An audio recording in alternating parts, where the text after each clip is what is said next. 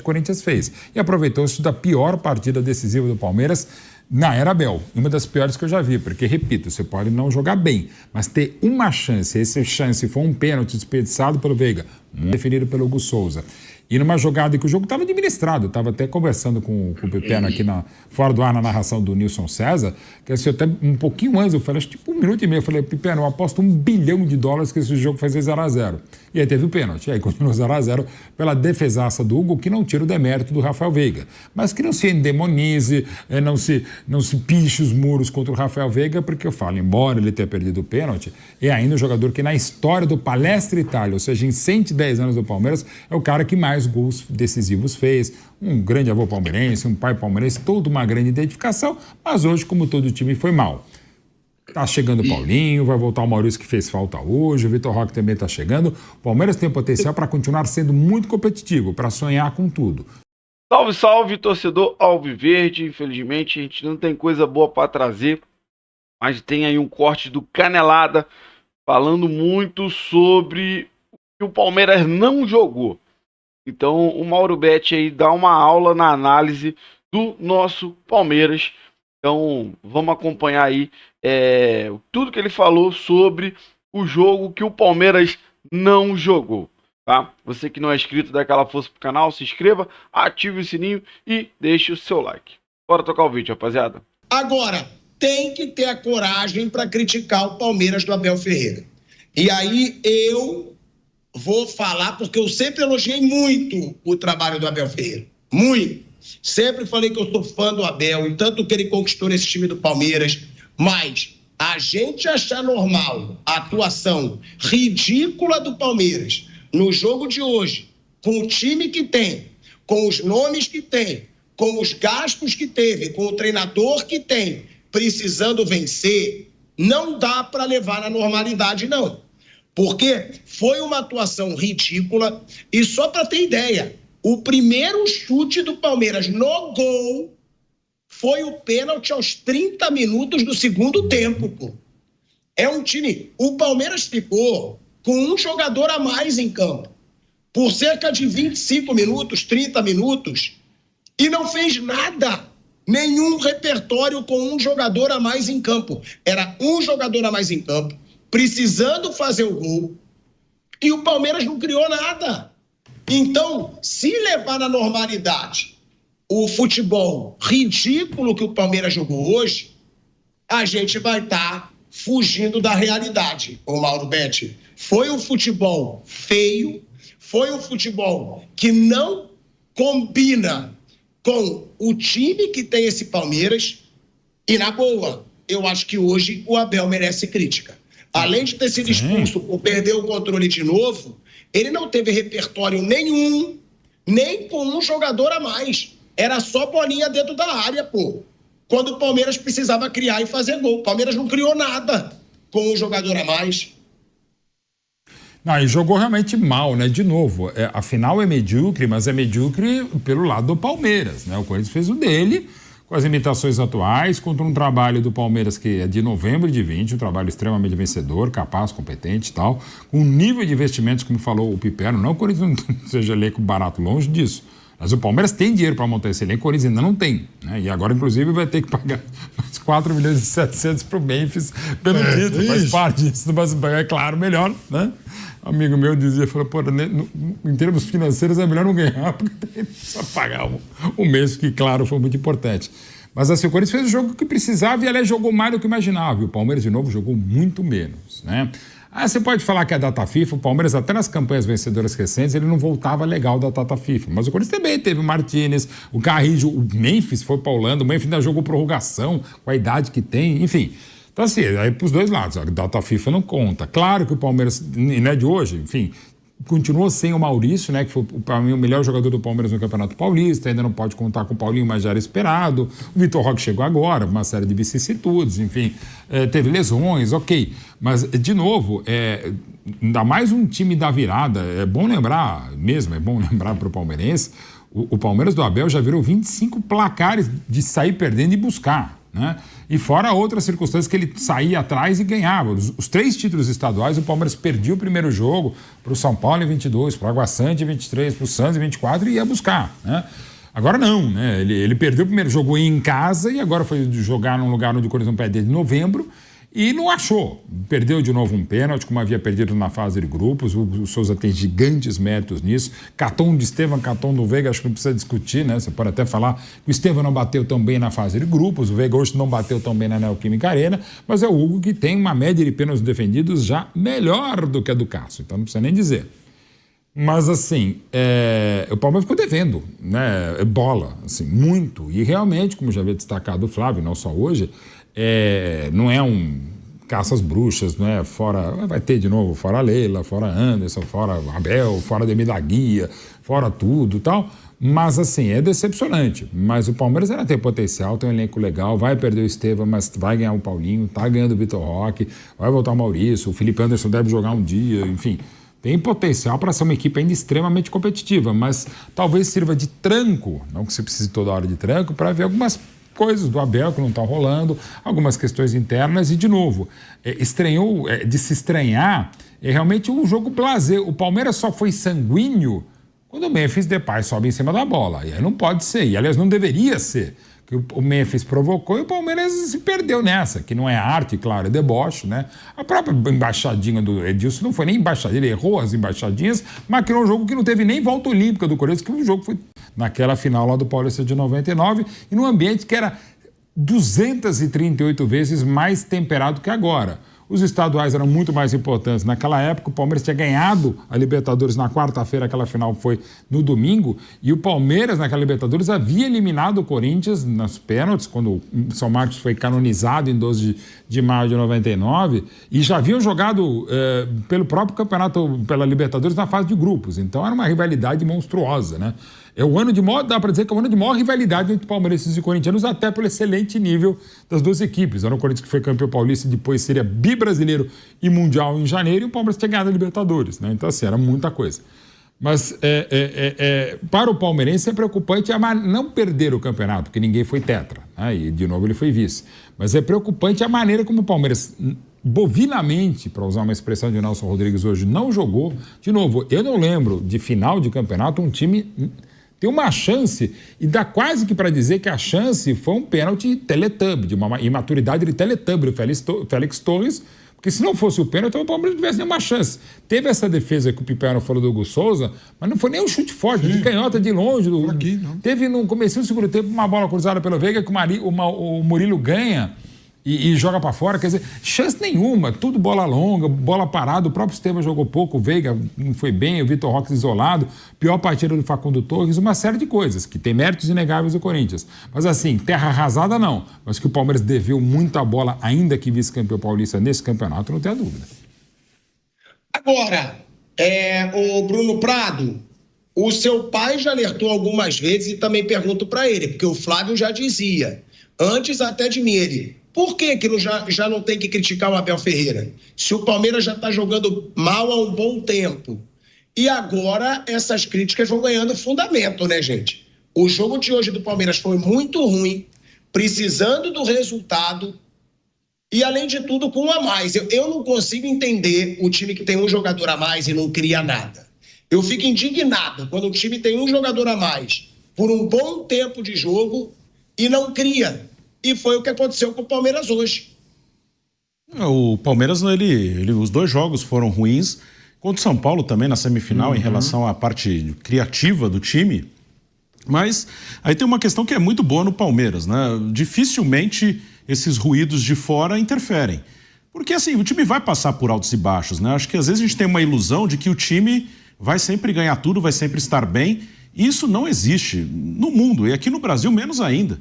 Não existe isso. Então vai ter momentos ruins. E aí que é o momento de você bancar. Não, o time tá mal, mas eu confio em quem tá aí para melhorar. Não tem ninguém melhor que Abel Ferreira para melhorar o time do Palmeiras. Ele que conhece o elenco, ele que tá ali, ele já mostrou capacidade. Então a questão é só essa. Vão cornetar, tudo bem, faz parte, é normal, mas o que a diretoria do Palmeiras tem que fazer é seguir a vida, dar força para o seu treinador. E uma coisa importante, né? O Palmeiras passa pela sua maior reformulação de elenco desde que começou essa era vencedora.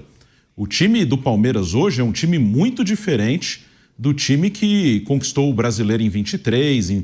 É a maior mudança de elenco do Palmeiras. Do meio para frente, você tinha hoje Facundo Torres, Emiliano Martinez, Vitor Roque, que chegaram esse ano. O próprio... o Mikael também chegou esse ano. Então quase metade do time são jogadores que chegaram esse ano. Então, o Palmeiras ele está passando por uma reformulação. Ainda tem o Paulinho. Saíram jogadores importantes que já não rendiam, por isso essa reformulação. Saiu o Zé Rafael, saiu o Dudu, saiu o Rony. Marcos Rocha machucado não jogou, Gomes machucado não jogou. Eu estou falando de jogadores que fizeram a espinha dorsal do Palmeiras nos últimos anos. Então, a torcida pode cornetar à vontade e é tudo muito assim no hoje. O cara tá bravo porque hoje jogou mal. E realmente jogou mal. Mas assim, eu não vejo motivo assim para nenhum drama. Assim, o Palmeiras ele está mudando seu elenco e a pessoa mais capacitada para mudar esse elenco e fazer jogar é o Abel. Então tem que seguir a vida. Eu vou querer escutar o Flávio Prado, né? Sobre essa situação do Palmeiras, o trabalho do Abel, sobre mais um pênalti perdido pelo Veiga numa decisão, tá? O Veiga vem sendo muito criticado, foi inclusive criticado pelo Piperno bastante nessa semana aqui no Bate Pronto, que de acordo com o Abel, ele vem numa das suas piores fases no Palmeiras, o Rafael Veiga. Mas antes de escutar o Flávio Prado e falar sobre mais um pênalti perdido pelo Veiga numa decisão, ô Flávio Prado, você já diz há algum tempo que o Abel merece ser criticado. Hoje, então, você deve confirmar de vez essa sua teoria, né? É um trabalho que vem piorando, mas como o Bruno disse, piora porque mudou o elenco ou piora porque o treinador já não tem repertório? É o que nós vamos ver agora no transcorrer do ano, que o time piorou, não há dúvida. Mudou, está mudando e temos que esperar para ver. O ano começa agora, de verdade mesmo, né? E aí nós vamos sentir o que esse Palmeiras pode fazer. Ele vai brigar de novo por Libertadores como um dos favoritos, de novo como um dos favoritos do Brasileiro. Ganhou reforços espetaculares, R$500 bilhão em contratações. Então, claro, vai ter que responder. Mas isso demanda um certo tempo, eu reconheço isso. Então, o fato do Palmeiras estar mudando demonstra que concorda até com o que eu estou falando. Está jogando mal, não é de hoje. Faz pelo menos 2 anos que o Palmeiras não tem jogado bem. Vamos ver, mas concordo com o Bruno. O cara mais indicado para fazer essa reformulação, pelo menos até agora, é o Abel Ferreira. Ele que mudou o time, ele que montou, ele vai agora ter a oportunidade de fazer as trocas. Se ele vai conseguir fazer com capacidade, a gente vai ver no transcorrer do ano.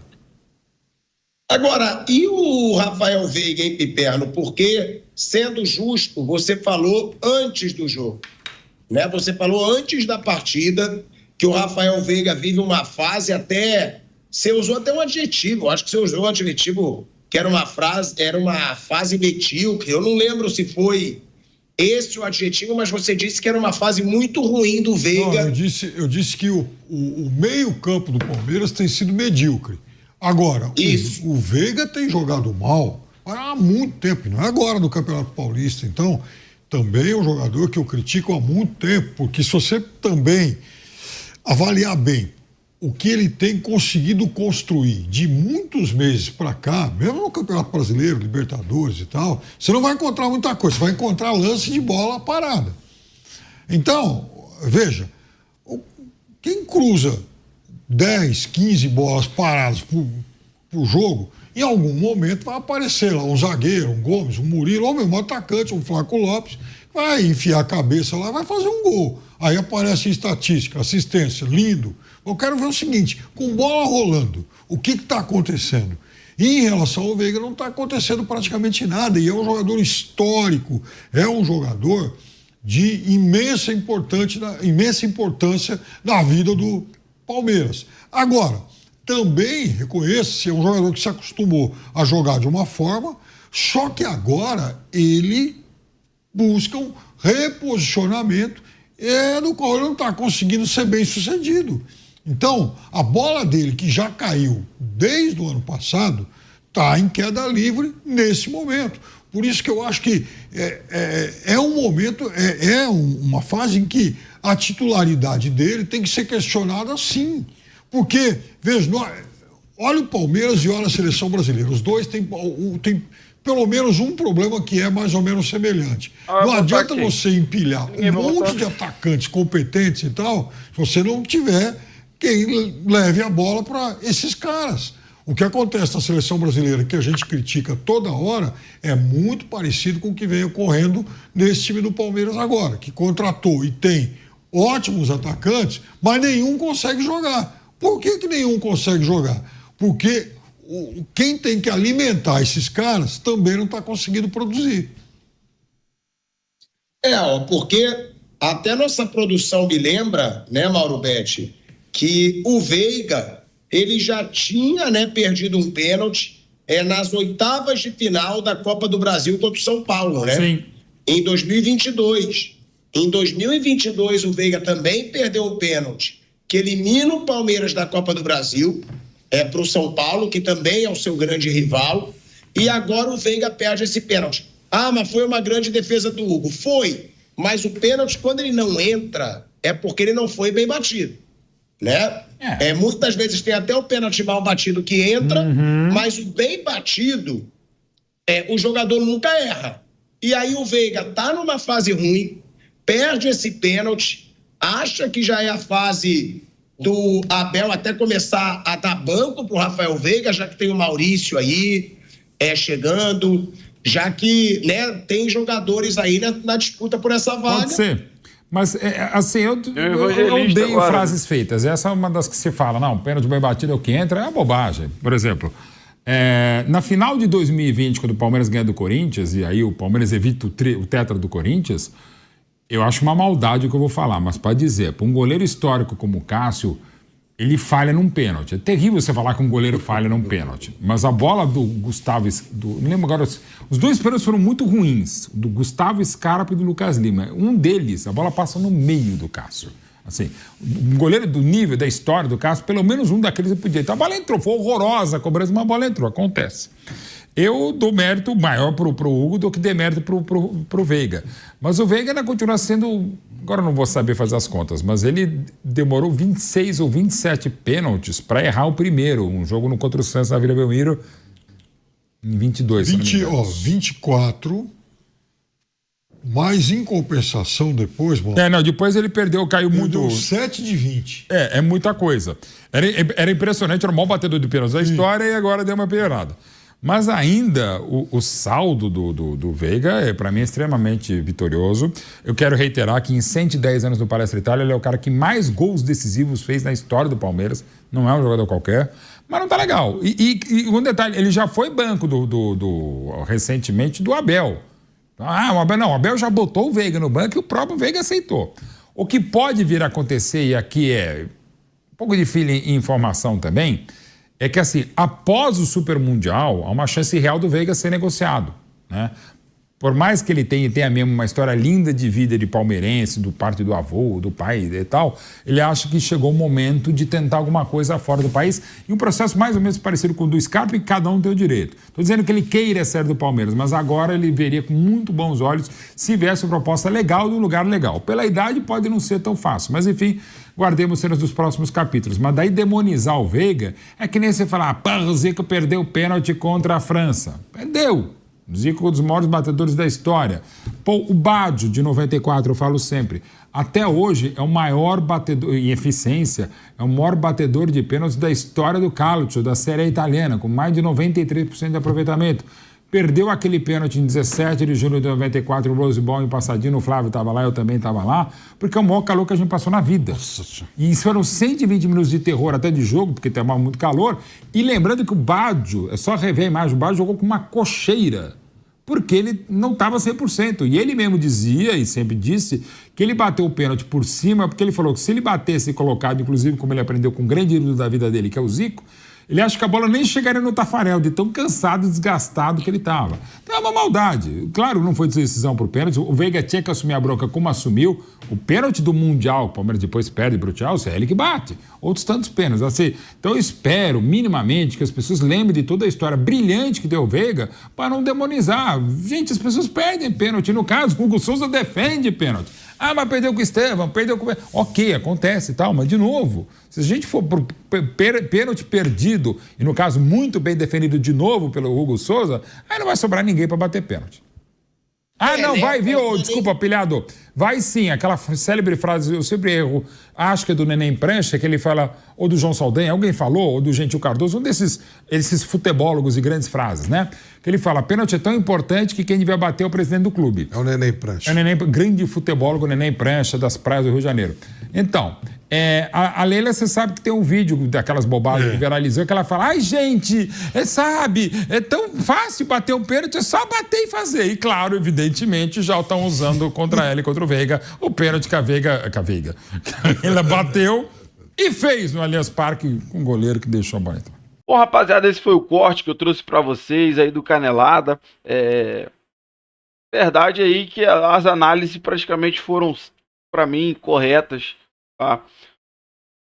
Um dos piores jogos da era Abel. Essa é a grande verdade. O Abel não conseguiu montar o time pra fazer essa final. O Corinthians anulou o Palmeiras. Sinceramente, eu fico na dúvida, porque para mim o Palmeiras perdeu para ele mesmo. Claro que o Corinthians tem as qualidades dele, mas o Palmeiras perdeu para ele mesmo. Primeiro tempo perdido, em um certo momento o Corinthians ainda estava melhor, sabe? Bom, sinceramente, cara, esse jogo de ontem me deixou desnorteado. A gente tinha uma esperança que essa data FIFA ia dar tempo do Abel planejar um jogo mais ofensivo, né? Mudar o esquema tático, mudar alguma coisa. Só que ele veio com o mesmo time já de muito tempo, mais ou menos, né? Claro que tem as peças novas, mas que não vem atuando bem, não vem construindo bons lances. Então, sinceramente, rapaziada, essa quinta-feira foi um dia pra gente esquecer. Mas o questionamento agora pra frente é: desse jeito, o Palmeiras não ganha nada. Ano 2025, sinceramente. Ano passado foi salvo só o estadual, que agora perdemos pra nós mesmos. E agora a expectativa é ver o que o Abel vai fazer durante esse ano, porque, sinceramente, foi muito frustrante ver Palmeiras em campo ontem. Você que acompanhou o vídeo aí, quero que você participe com a gente, deixe nos comentários o que você achou. Você acha que as análises foram corretas? Deixa aí o seu comentário. Tá bom? Você que não é inscrito, vai lá no canal, se inscreva, ative o sininho para não perder nenhuma novidade aqui do seu Verdão Notícias e deixe seu like, que ajuda demais o canal a chegar para muito mais palmeirenses. Valeu, rapaziada. Um grande abraço.